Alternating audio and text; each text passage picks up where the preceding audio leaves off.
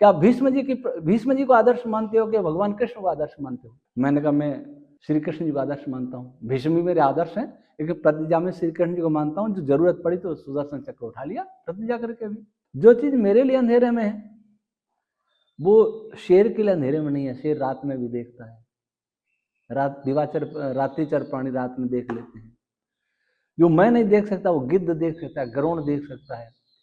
लेकिन जो मनुष्य नहीं देख सकता या जो ये प्राणी भी नहीं देख सकते, उसको साइंस कहता है डार्क मैटर। वेद का और ब्राह्मण ग्रंथों का अनुवाद नहीं हो सकता, क्योंकि इनके शब्द जब यौगिक होते हैं, एक शब्द के अनेक अर्थ होते हैं।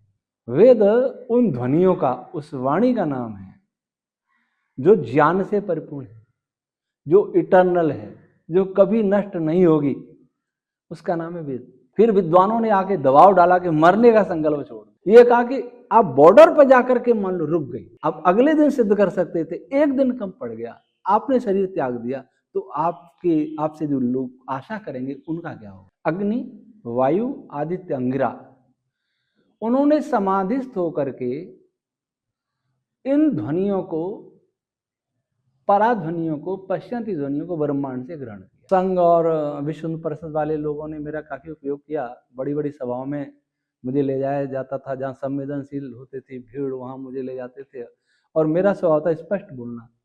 लेकिन बहुत सी ऐसी रश्मियां हैं जो सीधे फोटोन के निर्माण में काम नहीं आती, तो वो उनको कहते हैं हम असुर पदार्थ।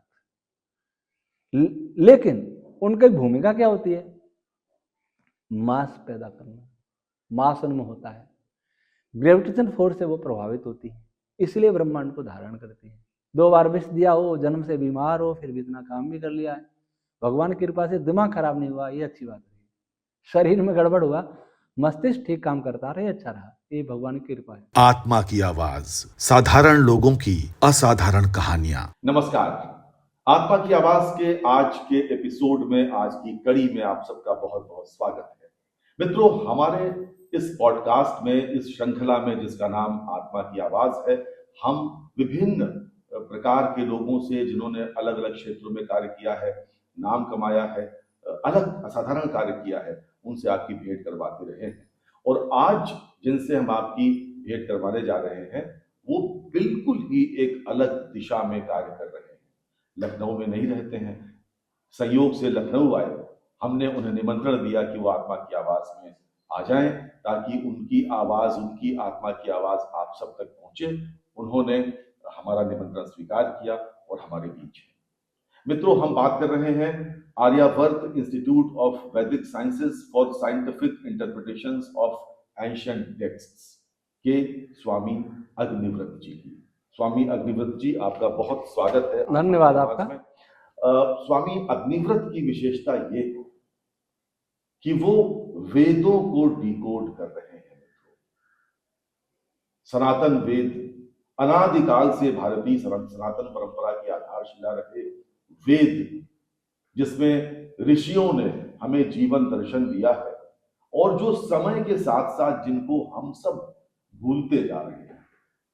हम सनातन परंपरा के लोग, अगर हम आपसे पूछें, जो ये पॉडकास्ट देख रहे हैं, कि आपके कितनों के घरों में वेद हैं, उसका प्रश्न का उत्तर आप स्वयं ही दे लीजिएगा। उन वेदों पर कार्य कर रहे हैं, उनको डिकोड कर रहे हैं स्वामी अग्निव्रत। स्वामी अग्निव्रत जी, कितना समय हो गया आपको कार्य करते? मुझे लगभग 20-21 वर्ष हुआ। तो जब आप कहते हैं कि आप वेदों को डिकोड कर रहे हैं, तो इसका मतलब क्या होता है? वेद का और ब्राह्मण ग्रंथों का अनुवाद नहीं हो सकता, क्योंकि इनके शब्द जब यौगिक होते हैं, एक शब्द के अनेक अर्थ होते हैं। कौन सा अर्थ लेना है, इसको तर्क और ऊहा से जाना जा सकता है, साधना से जाना जा सकता है, इसलिए इसको डिकोड करना कहते हैं। अंग्रेजी में फायर का अर्थ आग है, लेकिन संस्कृत में अग्नि का अर्थ कई है। अग्नि का अर्थ चुंबक भी है, विद्युत भी है, राजा भी है, विद्वान भी है, सेनापति भी है, ईश्वर भी है, जीवात्मा भी है, इलेक्ट्रिक चार्ज भी है। और कौन सा अर्थ लेना, यहाँ तर्क और ऊहा काम करते हैं, इसको डिकोड करना चाहिए। तर्क और ऊहा। ऊहा क्या है? अंतः प्रज्ञा। किसी भी शब्द के अंदर गहराई में जाने की क्षमता पैदा हो जाना, उसको कहेंगे हुआ। तर्क और हुआ नहीं होगी तो सारे अर्थ गलत हो जाएंगे। केवल व्याकरण के आधार पर अनुवाद नहीं हो सकता, न वेद का, न ब्राह्मण ग्रंथों का, नहीं आरण्यक का, नहीं उपनिषदों का। ऐसा कहा जाता है कि वेद जो है वो बहुत पुराने हैं, हजारों वर्ष पहले लिखे गए। तो कभी कभी मन में आता है कि जो पहली प्रति लिखी गई होगी, क्या पहली बात क्या वेद लिखे गए? अगर लिखे गए तो किस भाषा में लिखे गए, तो किसने लिखे, तो पहली जो मूल पांडुलिपि है वो किसके पास होगी? ऐसे प्रश्न मेरे ही नहीं बहुत लोगों के मन में आते हैं। मैं चाहता हूँ साधारण सी भाषा में आप इन जिज्ञासाओं का समाधान करें। पहले तो हमें समझे वेद क्या है। जी। जो वेद 4 पुस्तकें मिलती हैं, उनमें कुछ मंत्र हैं, 20,500 के लगभग मंत्र हैं।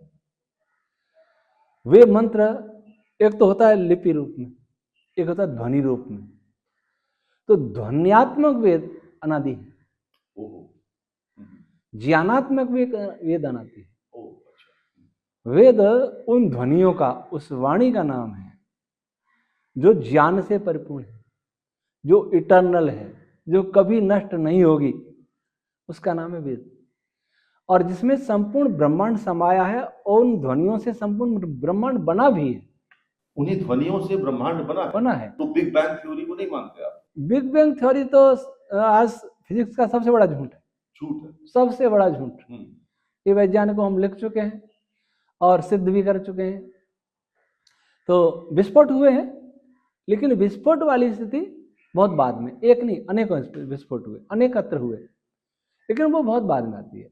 इनिशियल और स्टेट ऑफ यूनिवर्स को कोई सब समझेगा तो वो स्थिति होगी जिसको हमारे यहाँ प्रकृति कहते हैं। बेसिक मटेरियल कॉज, उसको प्रकृति, और महादेव जी ने, ब्रह्मा जी ने उनके जो नाम दिए, 30 नाम है महाभारत। उन 30 नामों से उस जो पदार्थ है, फंडामेंटल पदार्थ, उसकी व्याख्या, उसके गुणों का बोध होता है। तो वो भी इटर्नल है, उसमें वाइब्रेशन शुरू होती है। वो वाइब्रेशन का नाम है वेद। और पहला वाइब्रेशन होता है ओम। ओम ओम ब्रह्मांड की सबसे प्रथम ध्वनि है, लेकिन इस रूप में नहीं जैसे हम बोलते हैं, ये चौथा रूप है। वाणी के 4 स्तर होते हैं। मैंने बोला, आपने सुना, कान के पर्दे तक गई, वो वैखरी वाणी कहलाती है। इसके लिए मीडियम चाहिए, ठोस, द्रव अथवा गैस। 3 ही नहीं होंगे, सुनाई नहीं देंगे। लेकिन कान के पर्दे से आपके मस्तिष्क तक जाएगी, उसके लिए ये नहीं चाहिए, वो इलेक्ट्रिक सिग्नल के रूप में जाएगी। रेडियो वेव के लिए ये नहीं चाहिए, न ठोस चाहिए, न द्रव चाहिए, न गैस चाहिए, वो तो वैसे भी जाएगी। उसके लिए चाहिए स्पेस, वो मध्यमा वाणी। लेकिन मस्तिष्क से जो मन तक जाती है, मस्तिष्क मांस का पिंड है, वो नहीं सुनता। मांस का पिंड है, वो सुनने वाला है मन, माइंड, जो साइंस का विषय नहीं, अंतःकरण का भाग है, सूक्ष्म शरीर का भाग है। उस तक जो वाणी जाती है वो पश्चंती रूप में जाती है। उसका मीडियम है वही मन, मनस्तत्व। एक मनस्तत्व हमारे शरीर में है, अंतःकरण का पार्ट है, और एक मनस्तत्व सारे ब्रह्मांड में, आपका समष्टि में। फिर मन भी जड़ है। वो उपनिषद कहता है कि सुनने वाला तो जीवात्मा है। जीवात्मा जिस रूप में सुनता है वो वाणी का सबसे सूक्ष्म रूप है। कहेंगे सीड ऑफ साउंड कह सकते हैं उसको, seed of sound, root of sound. Root भी नहीं कहेंगे, सीड कहेंगे, सीड ज्यादा ठीक लगेगा। उसको कहते हैं परावाणी। तो मूल पदार्थ के लिए मीडियम चाहिए प्रकृति, जिससे सूक्ष्म कोई भी जड़ पदार्थ नहीं होता। उसमें वाइब्रेशन हुए हैं, तो सबसे पहला वाइब्रेशन ओम हुआ है, और धीरे धीरे फिर दूसरे वाइब्रेशन, फिर बड़े वाइब्रेशन। जो बड़े वाइब्रेशन है वही आज वेद मंत्रों के रूप में हैं, और उनको लिपिबद्ध तो बहुत बाद में हुआ। सारा ब्रह्मांड इन वाइब्रेशन से बना है। जब सृष्टि की उत्पत्ति होती है, पहली पीढ़ी जब मनुष्य की होती है, तो पहली पीढ़ी के सभी मनुष्य मोक्ष से आते हैं, मुक्ति का आनंद भोग के आते हैं। उनमें से 4 ऋषियों की क्षमता ऐसी थी, अग्नि, वायु, आदित्य, अंगिरा।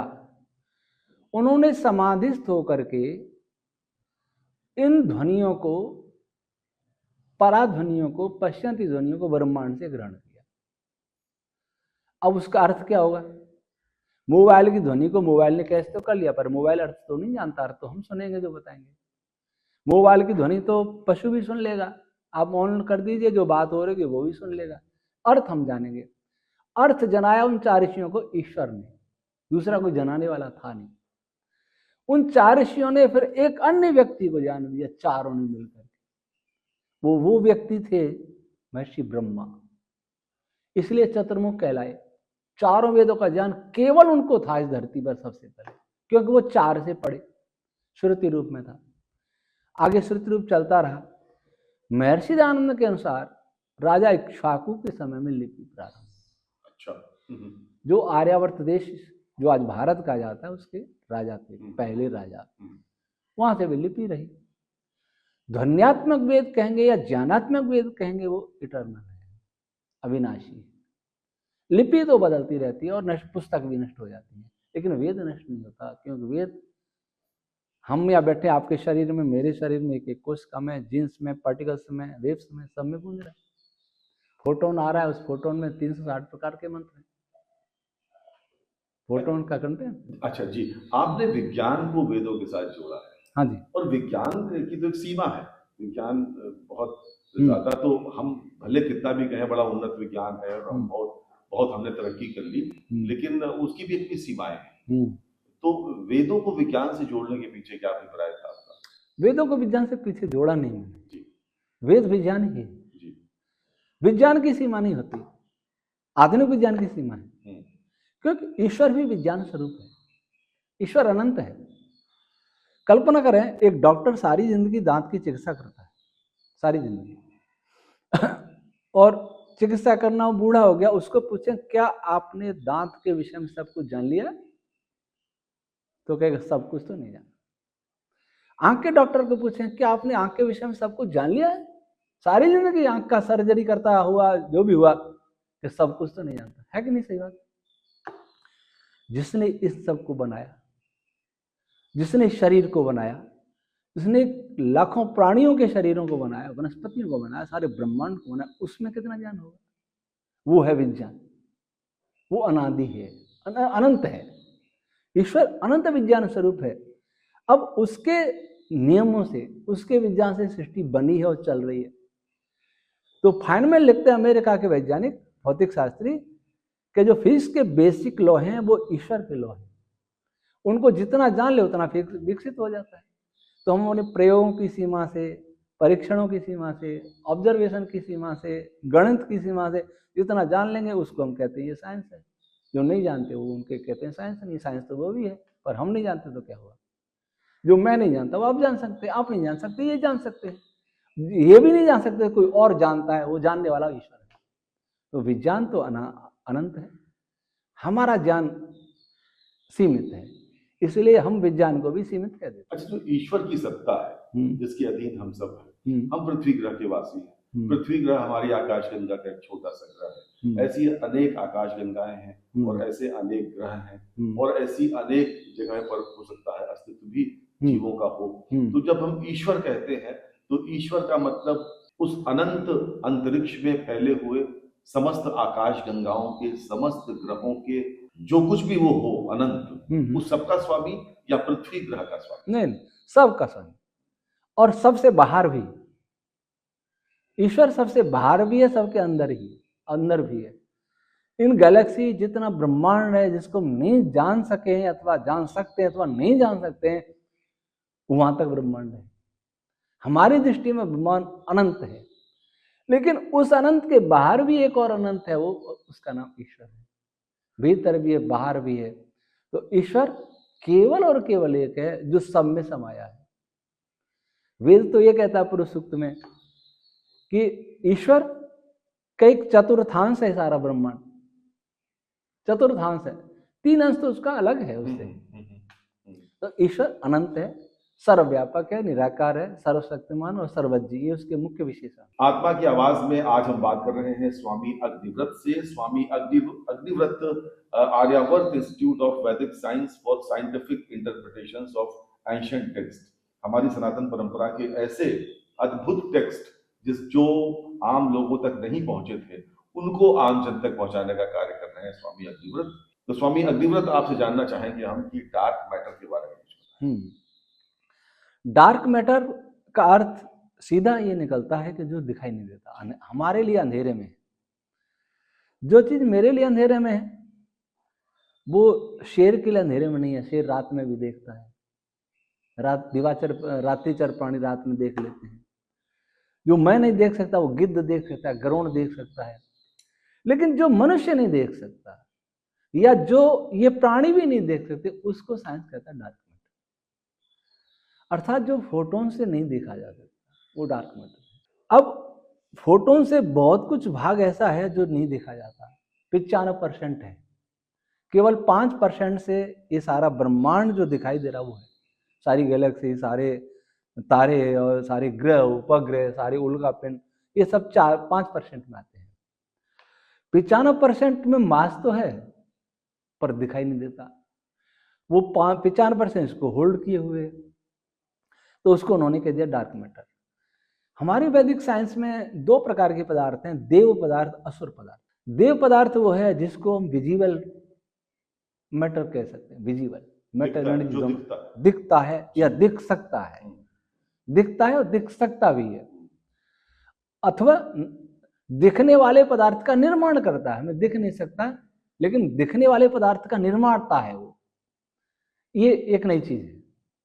उनके यहाँ जो नहीं दिख सकता वो डार्क मैटर है। हमारे यहाँ जो दिखता नहीं है, दिख भी नहीं सकता, लेकिन दिखने योग्य पदार्थों का निर्माण भी नहीं कर सकता, वो डार्क मैटर। ये तीसरा हम अलग है उनसे। जैसे फोटोन को हम देख सकते हैं, हम देख नहीं सकते ये अलग बात है, लेकिन फोटोन सबको दिखाता है। फोटोन का अपना प्रकाश है, लेकिन उस प्रकार हम फोटोन को नहीं देख सकते। फोटोन दूसरों को दिखाता अवश्य है, लेकिन फोटोन फिर भी विजिबल मैटर है, क्योंकि विजिबल मैटर का एक पार्ट है। क्वार्क है, इलेक्ट्रॉन है, ये विजिबल मैटर के पार्ट हैं। इनसे सब गैलेक्सियां बनी हैं। लेकिन ये जो इनके जो कंटेंट हैं, जिसको फिजिक्स नहीं जानता, वो उनके लिए डार्क है। ठीक बात। भले ही कुछ तो ऐसे हैं कंटेंट जिनसे ये बने हैं, एलिमेंट्री पार्टिकल हैं, फोटॉन्स हैं, और उनसे फिर ये सारी सृष्टि बनी है। तो जिनसे बना है वो भी हमारे लिए देव पदार्थ है, प्रकाशित पदार्थ। भले ही उनको नहीं देख सकते, हमारे देखने की सीमा है, प्राणियों के देखने की सीमा है, लेकिन इनसे दिखने योग्य पदार्थ बन रहा है। ऐसे प्राण रश्मियां हैं, वैदिक मंत्र छंद रश्मियां हैं, स्पेस है, मनस तत्व है, मय तत्व है, ये हैं हमारे लिए देव पदार्थ। और दूसरे कौन से हैं? असुर पदार्थ। वो क्या है? असुर पदार्थ वे हैं कि जो इस ब्रह्मांड के निर्माण में काम नहीं आते। वेद मंत्र एक असुर रश्मियां भी होती है, असुर छंद रश्मि, आसुरी छंद भी होता है वेद मंत्रों में। आसुरी छंद कभी भी निर्माण में काम नहीं आता, उससे कोई गैलेक्सी बने, कोई पार्टिकल बने, कोई ऐसा नहीं होता उनका। ऐसे ही बहुत सी ऐसी रश्मियां हैं जो सीधे फोटोन के निर्माण में काम नहीं आती, तो वो उनको कहते हैं हम असुर पदार्थ। लेकिन उनकी भूमिका क्या होती है? मास पैदा करना, मास उनमें होता है, ग्रेविटेशन फोर्स से वो प्रभावित होती है, इसलिए ब्रह्मांड को धारण करती है, और वो 2 पदार्थों में गैप रखने में सहायक होती है। अगर ये एक पार्टिकल है और ये भी एक पार्टिकल है, दोनों को मिला दो, दिख रहा है कि हम दोनों मिल गए हैं, लेकिन वास्तव में कोई पार्टिकल किसी पार्टिकल को छू नहीं सकता, बहुत गैप होता है, कुछ भी ठोस नहीं है। तो गैप रखने का काम असुर पदार्थ करता है। मित्रों, आज हम स्वामी अग्निव्रत से बहुत दिलचस्प बातें कर रहे हैं, और अगर आप ध्यान से ये पॉडकास्ट नहीं देखेंगे तो ये गंभीर बातें आप समझ नहीं पाएंगे। लेकिन ये भी मैं आपको बता दूं कि ऐसा इंटरव्यू आपको दोबारा देखने को नहीं मिलेगा। तो बहुत ध्यान से इन बातों को सुनिए। आप हो सकता है कि आपकी चेतना के किसी स्तर को ये बातें छू जाएं, टच कर जाएं। स्वामी जी, हमें ये भी पता लगा कि आपके जीवन में एक बार कुछ आपने प्रण लिया था, ये मैं ऐसा करूंगा, और ऐसा नहीं हो पाया तो मैं प्राण त्याग दूंगा। वो क्या था? वो हम सुनते थे वेदों में सब ज्ञान विज्ञान है। 4थी पीढ़ी का आर्य समाजी रहा, आर्य समाज के नियमों पढ़ता था, वेद सब सत्य विद्याओं को। और जो हमारे दूसरे भाई थे वो भी सब कहते हैं, सारा हिंदू समाज कहता है वेद में सब विद्या है। सनातन समाज, पौराणिक समाज सभी कहते हैं इसको, कोई इनकार नहीं करता, कोई हिंदू नहीं कहता। जो धार्मिक है, धार्मिक है, ये अलग से एक वामपंथ अलग घुस गया, चारवाक अलग बैठा, वो अलग बात है। लेकिन जो भी धार्मिक व्यक्ति है, धार्मिक हिंदू है, वो कहता है। तो मेरे मन में होता था कि मैं वेद भाष्य पढ़ता हूँ या विद्वानों के प्रवचन बचपन से, इनमें कुछ ऐसा लगता तो नहीं है कि ईश्वर का है। जो महर्षि दयानंद ने भी कह दिया, महर्षि दयानंद ने कहा है, और उन्होंने ये भी कहा है कि मेरा अपना कोई मत नहीं है, मैं तो महर्षि ब्रह्मा से लेकर जैमिनी पर्यंत जो मानते आए उसको मानता हूँ, मेरा अपना कोई मत नहीं है। इसका अर्थ हुआ कि महर्षि ब्रह्मा जी से लेके महर्षि जैमिनी, जो महर्षि व्यास जी के शिष्य थे, वहां तक सभी यही कहते हैं वेदों में सब ज्ञान मिल जाना। अब इसको कोई सिद्ध कर नहीं रहा, बात सब कर रहे हैं, भाषण सब दे रहे हैं, कर्मकांड बहुत हो रहा है। और मेरा स्वभाव ऐसा रहा है कि जब तक मैं सिद्ध नहीं करूं तो मैं कैसे मान लूं, आपके कहने से कैसे मान लूं, ऋषि आनंद कह दे तो कैसे मान लूं, ये तो अंधविश्वास हो जाएगा। तो इस सिद्ध करने का उत्तरदायित्व कौन लेगा? कोई तो उत्तरदायित्व लेना चाहिए, वो उत्तरदायित्व मैंने लिया। तो महाशिवरात्रि का दिन था, यज्ञ किया, यज्ञ के बाद ही तुरंत मैंने मन में प्रण लिया और अपने सहायक को बता दिया कि मैंने आज ये व्रत लिया है। विक्रम संवत 2060 था, सन 2006 था। क्या व्रत लिया था? व्रत ये लिया कि मैं आगामी 12 वर्षों में दुनिया के वैज्ञानिकों के सामने वेद को ईश्वरी सिद्ध कर दूंगा, और सारा विज्ञान मूल इसमें है, ये भी सिद्ध कर दूंगा, नहीं शरीर त्याग दूंगा। नहीं शरीर त्याग दूंगा? हाँ, नहीं शरीर 12 साल में? 12 साल में। तो भावा के एक साइंटिस्ट ने जब सुना तो उन्होंने कहा कि 12 साल स्वामी जी कुछ भी नहीं होता, 12 साल में आप हमें भी पढ़ लोगे, मतलब फिजिक्स भी पढ़ लोगे और वेद भी पढ़ लोगे और ये सिद्ध भी कर दोगे, तो असंभव है। मैं कुछ भी सही, मैंने प्रतिज्ञा की है। और योग दर्शन में लिखा है, जिसकी सत्य की साधना होती है उसका कहा हुआ सत्य होता है। जिसकी सत्य की साधना होती है उसका कहा हुआ असत्य होता है। सत्य होता है। और मुझे अपने पर विश्वास है कि मैंने झूठ बोलने की इच्छा भी नहीं हुई बचपन से। कि आपको सुन के आश्चर्य होगा, कोई विश्वास नहीं करेगा, लेकिन जो जानते हैं वो जानते हैं, इच्छा भी नहीं हुई। तो मैंने कहा मैं परीक्षण करता हूँ, योग दर्शन की बात गलत नहीं हो सकती। और मैंने सत्य की साधना की है जीवन भर। किसी परिस्थिति में एक बार जीवन में एक झूठ बोला था, उस झूठ के प्रायश्चित में सरकारी नौकरी छोड़ दी और मैं इधर आ गया और रोया था 2 महीने, आंसू गिरते थे संध्या के समय। तो ये मेरी परीक्षा की घड़ी भी थी। फिर विद्वानों ने आके दबाव डाला कि मरने का संकल्प छोड़, ये कहा कि आप बॉर्डर पर जाकर के मान लो रुक गई, अब अगले दिन सिद्ध कर सकते थे, एक दिन कम पड़ गया, आपने शरीर त्याग दिया, तो आपसे जो लोग आशा करेंगे उनका क्या होगा? शरीर आप त्यागते, देखिए हमने तो जो सुना है कि शरीर ऐसे आप अगर आत्महत्या करके शरीर त्यागें तो बड़ा दोष लगता है। हाँ, तो ये सब बातें उन्होंने कही, पर मैंने कहा कोई बात नहीं, जयद्रथ वध करने की प्रतिज्ञा उन्होंने भी की थी। फिर उन्होंने मुझे भीष्म की प्रतिज्ञा याद दिलाई, क्या भीष्म जी को आदर्श मानते हो कि भगवान कृष्ण को आदर्श मानते हो? मैंने कहा मैं श्री कृष्ण जी को आदर्श मानता हूँ, भीष्म भी मेरे आदर्श हैं, लेकिन प्रतिज्ञा में श्री कृष्ण जी को मानता हूँ। जो जरूरत पड़ी तो सुदर्शन चक्र उठा लिया प्रतिज्ञा करके भी, क्योंकि धर्म की रक्षा के लिए। तो उन्होंने कहा धर्म की रक्षा के लिए आप फिर ऐसी प्रतिज्ञा क्यों कर सकते हैं? खैर उनका बात मेरी समझ में आई, मैंने फिर कहा कि चलो मैं फिर सब कुछ त्याग दूंगा। अब उसको कैसे करें पूरा, इसके लिए वेद को समझना होगा। वेद को समझाए कौन? तो सत्यार्थ प्रकाश में ऋषि दयानंद जो सिलेबस दिया है उसको मैंने स्वयं पढ़ना शुरू किया। मैं जान, हाँ, उसमें एक पाठ्यक्रम दिया है कि ये पढ़ना चाहिए। अच्छा, 21 वर्षों का पाठ्यक्रम है चारों वेद पढ़ने के लिए। वो मैंने अपने आप पढ़ना शुरू किया, कोई पढ़ाने वाला नहीं था। मेरी जिज्ञासा समाधान न तो कॉलेज में किया किसी ने, न गुरुकुल में किया, क्योंकि मैं खुद ही सोचता था। ये पढ़ते पढ़ते मैं आ गया इतने ब्राह्मण में, उसका भाष्य करके फिर मुझे लगा और अपनी प्रतिज्ञा को पूरा किया। मैंने BHU इंस्टीट्यूट ऑफ साइंस में मेरा लेक्चर था, 2 घंटे का व्याख्यान था, वैदिक रश्मि सिद्धांत प्रस्तुत किया, और जो वैज्ञानिक थे उनमें 80 प्रश्न पूछे मैंने आधुनिक साइंस में, किसी का उत्तर नहीं था। और हमारे वैदिक रश्मि सिद्धांत पर किसी ने कोई प्रश्न किया नहीं। वहीं ईश्वरी सिद्ध हुआ और सर्व विज्ञान में सिद्ध हुआ, और वेद से ब्रह्मांड बना है, वैदिक ध्वनियों से ये भी सिद्ध हुआ। मतलब आप कहते हैं कि वैदिक ध्वनियों से ब्रह्मांड बना। हाँ जी। तो क्या ये जो भारत की और दुनिया के वैज्ञानिक हैं उन्होंने बात मानी कि नहीं मानी? बात मानी नहीं है, लेकिन बात मेरे खंडन भी नहीं किया है। जो वैज्ञानिक थे उसमें डॉक्टर जयंत विष्णु नार्लिकर भी थे, भारत के बहुत बड़े कॉस्मोलॉजिस्ट थे, वो भी थे उसमें। BHU का एक प्रोफेसर थे, PhD के छात्र थे, वहाँ भी एक वो हुआ जो हुआ, लेकिन किसी ने भी मेरे पर प्रश्न नहीं किया। और बात ये कहें तो निकोला टेस्ला भी ये कहा करते थे कि हमें यूनिवर्स को फ्रीक्वेंसी के रूप में, वाइब्रेशन के रूप में समझने का प्रयास करना चाहिए। फ्रीक्वेंसी वाइब्रेशन तो ये है, उनको ये पता नहीं था कि कौन सी फ्रीक्वेंसी, कौन सा वाइब्रेशन। हम ये भी बताते हैं कौन से वाइब्रेशन को समझ, कौन से वाइब्रेशन को ब्रह्मांड को समझ। आज जॉन ग्रिविन की पुस्तक है 10 क्वेश्चन टू 10 नेक्स्ट ईयर। हम ये येल यूनिवर्सिटी में एस्ट्रोफिजिस्ट हैं, फिजिक्स के प्रोफेसर हैं, उनकी पुस्तक में मैंने पढ़ा।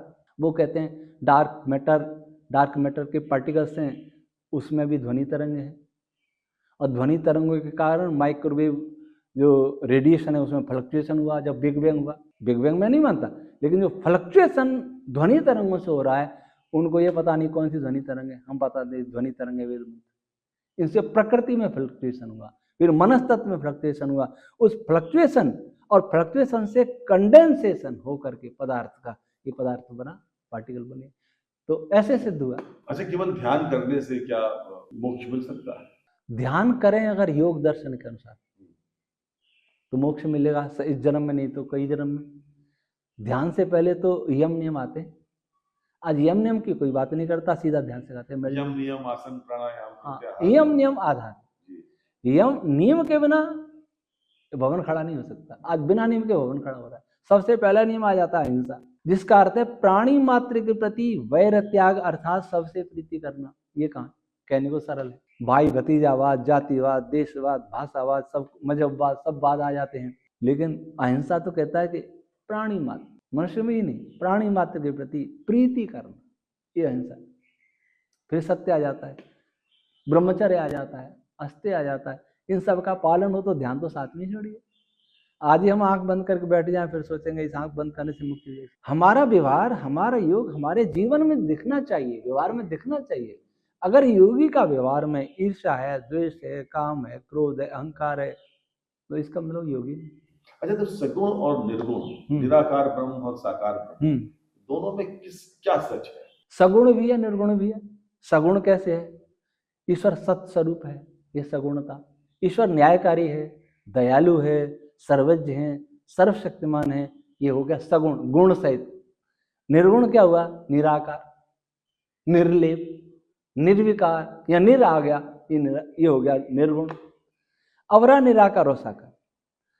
दुनिया में किसी भी साकार पदार्थ में बल नहीं हो सकता, एनर्जी कभी साकार नहीं हो सकती, वो निराकार। हमारे शरीर में जो हाथ ने कुर्सी को उठाया, हाथ के विषय फोर्स काम किया, इलेक्ट्रोमैग्नेटिक फोर्स मांसपेशी में, वो निराकार। तो ईश्वर निराकार है। असाकार देखें तो सारा ब्रह्मांड जिसका नाभ्याशीद अंतरिक्षम शीर्षणो देव समवर्तत, वेद कहता है।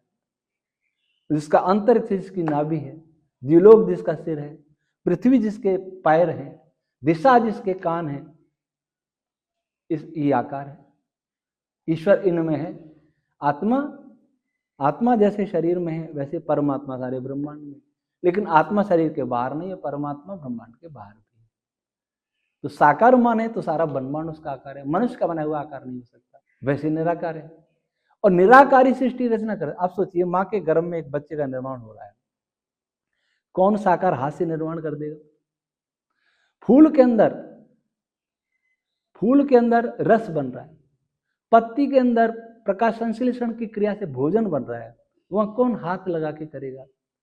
कौन साकार शक्ति, हाथ वाली शक्ति इलेक्ट्रॉन को घुमाएगी? कौन हाथ वाली शक्ति पृथ्वी और गैलेक्सियों को घुमा देगी? कोई, सारे जितनी मशीनें चल रही हैं उनके भीतर में निराकार विद्युत काम कर रही है। देखने में लग रहा है कि ये मशीन चल रही है, बहुत बड़ी बड़ी मशीन है, क्रेन है, लेकिन उनके भी एनर्जी जो है निराकार है। अच्छा, आध्यात्म की ओर बढ़ते बढ़ते कई बार लोगों को लगता है कि किस दिशा में जाए, कौन सा मार्ग चुने, जीवन का अंतिम सत्य क्या है। भाई, जब उनको दिखता है कि संसार में लोग सभी प्रकार के कार्य कर रहे हैं और सुखी हैं, भौतिकवादी दुनिया में लिप्त हैं, आनंद में हैं, तो हम किस दिशा में जाएं, क्या कार्य करें, क्या उचित है, क्या अनुचित है, इसका भेद करना मुश्किल जाने होता है कभी। हाँ, बिल्कुल सही है। लेकिन पहले सुख और दुख की परिभाषा ठीक नहीं है। सुख की परिभाषा करते हुए महर्षि यास्क ने निरुक्त में कहा, सुहितम खेभ्य इति सुखम। सुहितम खेभ्य, ख कहते इंद्रियों को, इंद्रियों का अच्छी प्रकार से धारण और पोषण हो, वह विषय इंद्रिय के लिए सुखकर है। हम कहते हैं इंद्रिय सुख है दूर, नहीं नहीं, इंद्रिय सुख क्या है? मैं आंख से रंग बिरंगे चित्र देखूं या कैसे चित्र देखूं, आंखें कमजोर हों। आंख हमारी किस लिए बनाई? ये जो लाइट दिख रही है इसके लिए आंख नहीं बनी। आंख बनी है सूर्य के प्रकाश के लिए, आंख बनी है चंद्रमा के प्रकाश के लिए, आंख बनी है तारों के प्रकाश के लिए, आंख बनी है जो आग जलाते हैं उसके प्रकाश के लिए। इस प्रकाश के लिए तो आंख बनी भी नहीं। और हम कुछ के कुछ चित्र देखेंगे, बार बार कलर चेंज होंगे, तो उसके लिए आंख नहीं बनी है। तो उससे आंखों का धारण पोषण नहीं होगा। तेज आवाज सुनेंगे, वो कानों का धारण पोषण नहीं होगा। श्रृंगारी सुनेंगे, उत्तेजक सुनेंगे, हमारे मन का धारण पोषण नहीं होगा। तो जिन जिन ध्वनियों से, जिन विचारों से, जिन दृश्यों से, जिन संगीत से हमारी इंद्रियों का, हमारे मन का अच्छा धारण पोषण हो, वो शांत रहें, स्वस्थ रहें, संतुलित रहें, तो सुख है, नहीं तो दुख है। आज जिसको सुख कहते हैं उनमें क्या ऐसा गुण है? नहीं, उसमें ऐसा गुण। उसमें उत्तेजना, उसमें हिंसा, उसमें प्रसोद, उसमें मनोरंजन, मनोरंजन नहीं, आत्मरंजन होना चाहिए, तो वो सुख है। तो वैसे सुखी तो आज नहीं है, वैसा सुख तो आज नहीं है। और दूसरी बात है कि एक सुख ऐसा होता है जिसका परिणाम दुख में बदल जाता है। डायबिटीज का रोगी है, उसको मिठाइयाँ बहुत सुख देती हैं, बहुत अच्छा लगता है उसको कि सुख मिल रहा है, वो सोचता है सुख मिल रहा है, लेकिन उसका परिणाम क्या होता है? उसका परिणाम मृत्यु का अंत। लेकिन अगर डायबिटीज का रोगी सात्विक भोजन करता है, कम कैलोरी वाला भोजन करता है, जीव को भले ही अच्छा ना लगे लेकिन उसके लिए सुख करे, क्योंकि उसकी सारी इंद्रियां इसी से धारण और पुष्ट हों, इसलिए उसका सुख वो है। तो मनुष्य आज ये भूल गया कि उसके शरीर का, उसके इंद्रियों का, उसके मन का, उसके आत्मा का धारण पोषण कैसे होगा, बिल्कुल, तभी वो सही गलत का निर्णय तभी वो सही गलत का निर्णय करेगा। अच्छा, हमारे ऋषि मुनि स्पेस ट्रैवल कर लिया करते थे, एक जगह रहते थे और वो उनको जानकारी दूसरे जगह की भी हो जाया करती थी। वो कैसे करते थे? क्या आपने कभी किया है? नहीं, मैंने नहीं किया। इस विषय में दो प्रकार हो सकते हैं इसके। एक तो योगी, योगी यहीं बैठे बैठे गैलेक्सियों को जान सकता है। कैसे जान सकता है? हमारी आंख नहीं जानती, आंख के द्वारा मन जानता है, मन के द्वारा आत्मा जानता है। एक मन हमारे शरीर अंतःकरण का भाग है, मन, बुद्धि, चित्त, अहंकार, ये सूक्ष्म शरीर के भी भाग हैं। तो ये मन तो हमारे वश में है। एक मन है सारे ब्रह्मांड में व्याप्त है, जिससे सृष्टि बनी, जिनमें वाइब्रेट होते हैं वेद मंत्र पश्चंती रूप में। अगर योगी अपने मन को उस समष्टि मन से जोड़ ले समाधि में, तो यहीं बैठे बैठे सारी गैलेक्सियों में देख लेगा। देवर्षि नारद, और दूसरी बात टेक्नोलॉजी भी वैसी, आकाश गमन की सिद्धि भी एक योग का एक भाग है। आकाश में हनुमान जी श्री लंका गए, आकाश में भी गए, समुद्र में भी तैरे, दोनों आते वाले विक्रमण में। भगवान शिव आकाश में बहुत तीव्रगामी चला करते थे, नारद जी आकाश में चला करते थे, लेकिन एक टेक्नोलॉजी भी उनके पास थी। ऐसे यंत्र थे, ऐसे विमान थे जो एक दूसरे लोकांत। आज ऐसे विमान नहीं। आज हम चंद्रमा मंगल पर जाने की बात करें, चंद्रमा पर मनुष्य गया भी है, लेकिन कोई ऐसा नहीं कि दूसरे सौर मंडल में मनुष्य गया हो। अभी जाने की कल्पना भी मुश्किल है। यंत्र तो भेज रहे हैं, पहले से यंत्र थे। आज की जो टेक्नोलॉजी है वो अग्नि बेस्ड टेक्नोलॉजी है। अग्नि का अर्थ सूक्ष्म पार्टिकल ऑफ वेव्स, इनके आधार पर कोई भी टेक्नोलॉजी, आज चाहे कोई भी टेक्नोलॉजी आप देख ले, वेव्स और पार्टिकल्स के आधार पर बनी है। ये जिससे बने हैं, अग्नि बनता है वायु तत्व से। वायु का अर्थ हवा नहीं, एयर नहीं। वायु तत्व को आज की भाषा में कह सकते हैं वैक्यूम एनर्जी, डार्क एनर्जी। ये वायु तत्व के अंदर आते हैं। दो प्रकार का है, देव ऊर्जा और असुर ऊर्जा, ये दोनों वायु तत्व के रूप में। इनके आधार पर जो टेक्नोलॉजी बनेगी वो बहुत एडवांस होगी। तो उन लोगों के पास वो एडवांस टेक्नोलॉजी भी हो सकती है, उनके पास योग की सिद्धि भी हो सकती है, और यहाँ बैठे भी आकाश गमन की सिद्धि भी हो सकती है, यहाँ बैठे भी जा सकते हैं। तो ये टाइम टेबल हो सकता है। आज आपकी आत्मा की आवाज हो रही है जी, तो हम चाहते हैं हमारे दर्शकों को बताएं आपके पास कौन कौन सी। मेरे पास कोई सिद्धि नहीं है। आज सिद्धियों की दावा कर, मेरे पास ये जरूर ईश्वर की कृपा है कि मैं जब वेद विज्ञान आलोक लिखा, ऐत्रेय ब्राह्मण का भाष्य किया, तो आचार्य सायण का भाष्य उपलब्ध है, उसमें देखा तो सब कुछ अश्लीलता भी थी, हिंसा भी थी, पशु बलि भी थी, छुआछूत भी, सब था। असंभव विज्ञान विरुद्ध कल्पना की बातें भी थी। इसको देख के मैं भयभीत हो गया, क्योंकि मैंने संकल्प ले चुका था वेद को ईश्वरी सिद्ध कर दूंगा, नहीं तो मर जाऊंगा।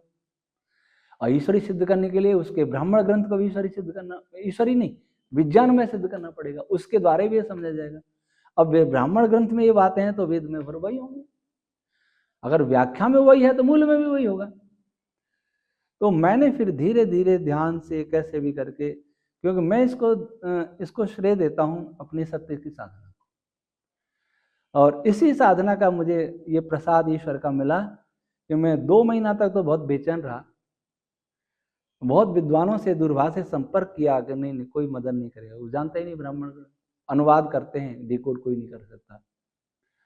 तो कभी कभी बहुत सारे ग्रंथों को देखना पड़ता, कभी कभी सारे ग्रंथों को देख के भी कुछ हल नहीं निकलता, कि शब्द का अर्थ नहीं निकलता, तो मैं एक कमरे में बंद हो जाता था पढ़ने वाले, खिड़की दरवाजे सारे बंद, केवल पानी रखता था पास में, फोन सारे बाहर, और स्टाफ को कहता था कि जब तक मैं कमरा नहीं खोलूं तब तक मेरे कमरे के आसपास कोई आहट नहीं होनी चाहिए, कोई आना नहीं चाहिए।